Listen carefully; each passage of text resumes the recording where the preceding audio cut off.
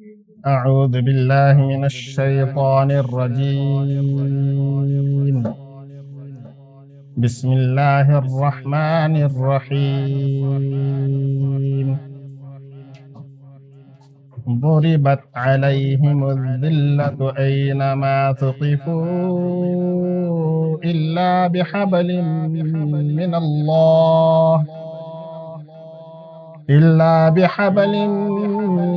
من الله وحبل من الناس وباءوا بغضب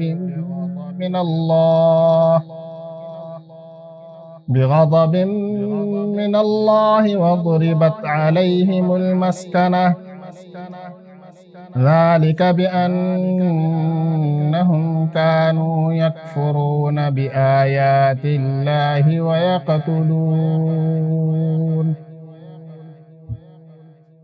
ويقتلون الأنبياء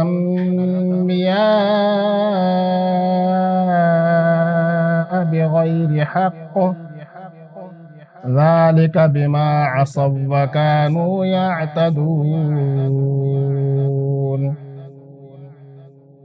ليسوا سواء من أهل الكتاب أمة قائمة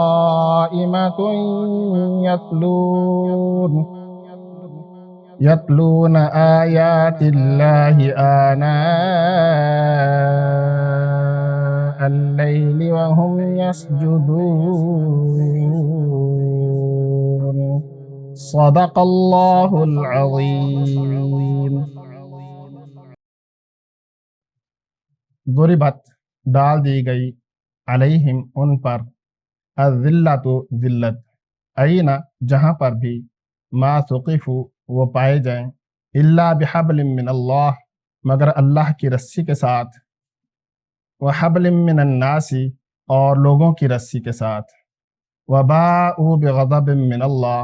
اور انہیں پا لیا اللہ کی طرف سے غضب نے وضربت اور ڈال دی گئی علیہم المسکنہ ان پر مسکنت ذالک یہ بأنہم اس لیے کہ کانوا یکفرون وہ کفر کیا کرتے تھے بآیات اللہ کی آیات کا ویقتلون الانبیاء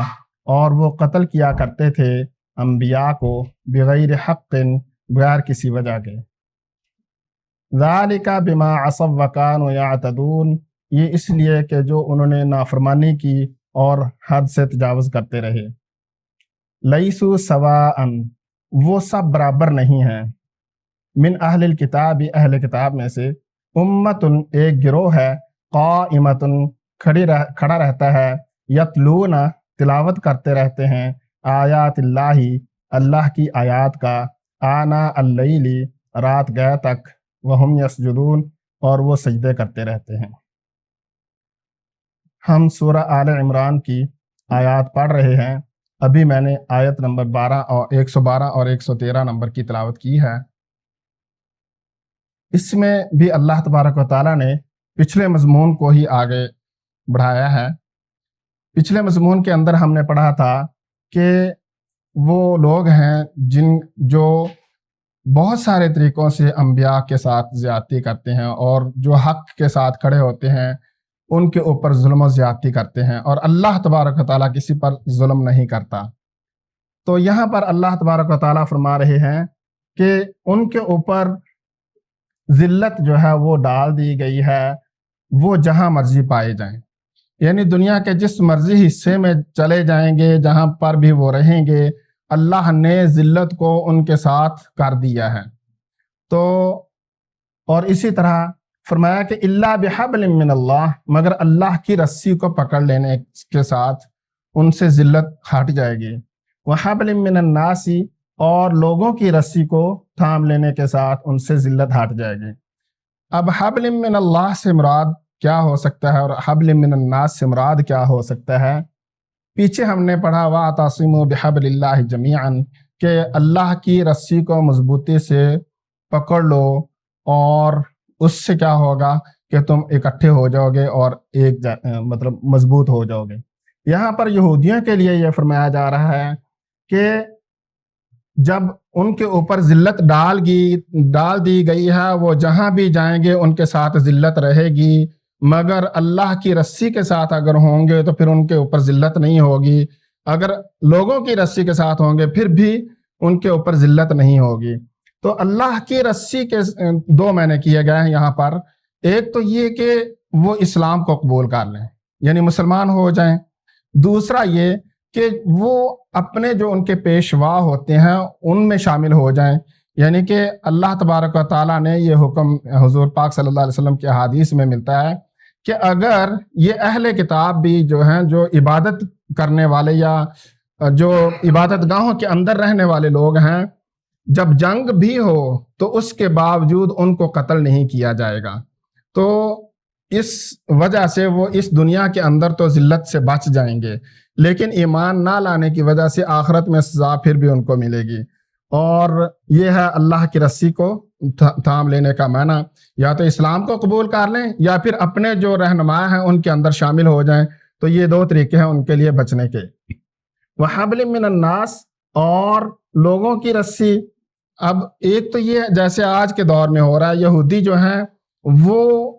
ان کی پشت پناہی کر رہے ہیں عیسائی، تو اس طرح اگر ان کو کسی کی پشت پناہی مل جائے گی تو پھر اللہ تبارک و تعالیٰ ان کو دنیا کی ذلت سے بچا لیں گے۔ نہیں تو اس کے علاوہ انہوں نے حضرت سلیمان علیہ السلام کے دور سے لے کے بہت ایک لمبا عرصہ جو ہے حکومتیں کی ہیں، لیکن اس دوران بھی یہ انبیاء کو قتل کیا کرتے تھے، اور جو بھی اہل حق ہوتا ہے وہ ان اہل حق کو، صرف انبیاء کے قتل کی بات نہیں ہے، اہل حق جو بھی ہوتا ہے جو ان کے مطابق بات نہیں کرتا اس کو یہ قتل کر دیتے ہیں، اور ان کو قتل کرنا جو ہے وہ معمولی چیز لگتی ہے، بہت بڑی چیز نہیں لگتی۔ تو پھر یہی بات اللہ تبارک و تعالیٰ نے یہاں پر ذکر فرمائی ہے کہ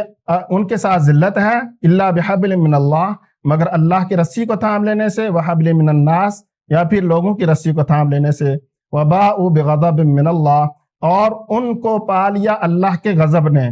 وہی بات جو ہم بہت دفعہ سورۃ الفاتحہ میں پڑھتے ہیں کہ وَلَضَّالِّينَ، اللہ ہمیں ان کے راستے میں نہ کرے جو گمراہ ہیں، اور ایسے لوگ جن کے اوپر اللہ کا غضب ہے ان کے راستے پر ہمیں نہ چلائے۔ تو یہ وہ لوگ ہیں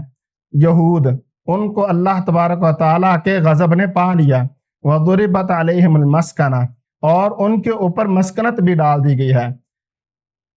ذلت اور مسکنت یہ دونوں ملتے جلتے الفاظ ہیں، یہ دونوں چیزیں ہی، مطلب مسکنت کا مطلب ہے لاچاری، بالکل لاچار ہو جانا،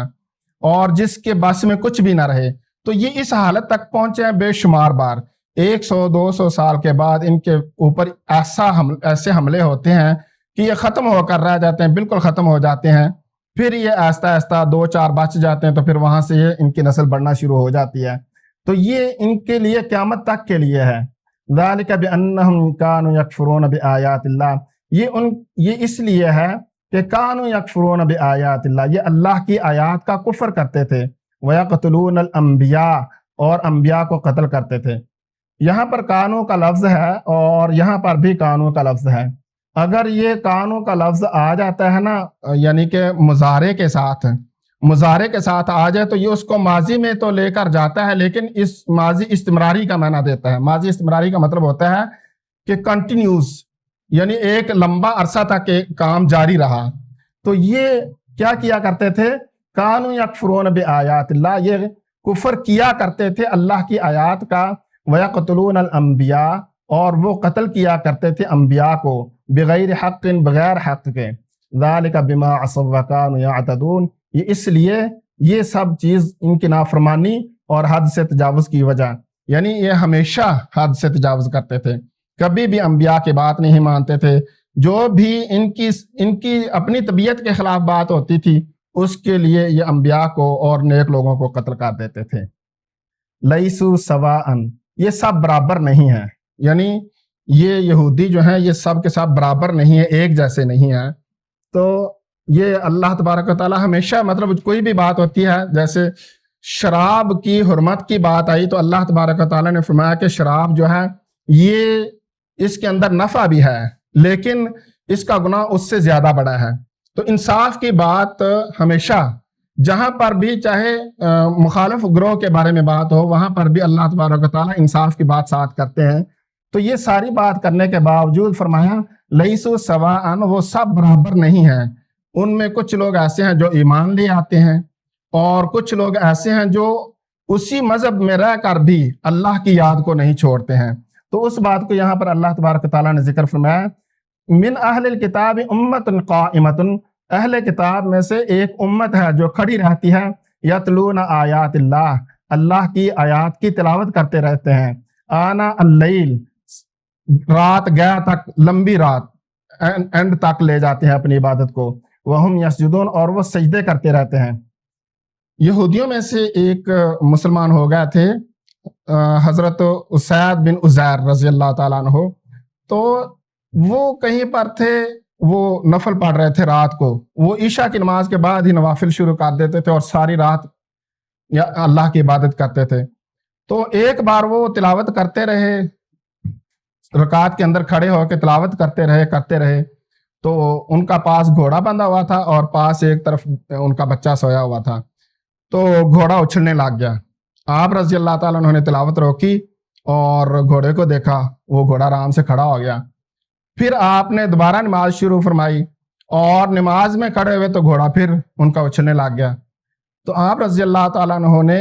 اس چیز کو دیکھا، ادھر ادھر دیکھا، آسمانوں کی طرف دیکھا تو انہیں پتا چلا کہ ایسے بادل ہے اور اس کے اندر جیسے چراغ روشن ہوتے ہیں. تو آپ نے صبح جب ہوئی تو حضور پاک صلی اللہ علیہ وسلم سے عرض کیا رسول اللہ اس طرح ہوا ہے رات کو. تو آپ نے فرمایا کہ یہ کاش تو قرآن مجید پڑھتا رہتا، اگر تو قرآن مجید پڑھتا رہتا تو مدینے کی گلیوں میں بچے بھی دیکھ لیتے کہ فرشتہ کس طرح کا ہوتا ہے، یعنی اتنے فرشتے تمہاری تلاوت کی وجہ سے نازل ہوتے. یہ یہودیوں میں سے مسلمان ہوئے تھے اور یہاں تک وہ اس کے اندر تھے کہ اللہ کے قرآن مجید کو پڑھتے ہوئے ان کے اوپر فرشتے نازل ہو رہے تھے، اور فرشتوں کو دیکھ کر وہ گھوڑا جو ہے وہ بدکنے لگ گیا اور وہ اچھلنے لگ گیا. تو وہ گھوڑا پریشان ہو گیا تھا کہ یہ کیا نظر آ رہا ہے. تو ان ایسی چیزیں ہوتی ہیں، اللہ کے فرشتے جو ہیں وہ ایسے لوگوں کے اوپر نازل ہوتے ہیں. تو یہ وہ لوگ ہیں لیسو سواء، یہ برابر نہیں ہیں، من اہل الکتاب، اہل کتاب میں سے امت، ایک گروہ ہے، بڑے سارے لوگ ہیں، یتلون آیات اللہ، اللہ کی آیات کی تلاوت کرتے ہیں، آنا اللیل، بہت ساری رات تک، وہم یسجدون، اور وہ سجدے کرتے رہتے ہیں. جزاکم اللہ خیرا.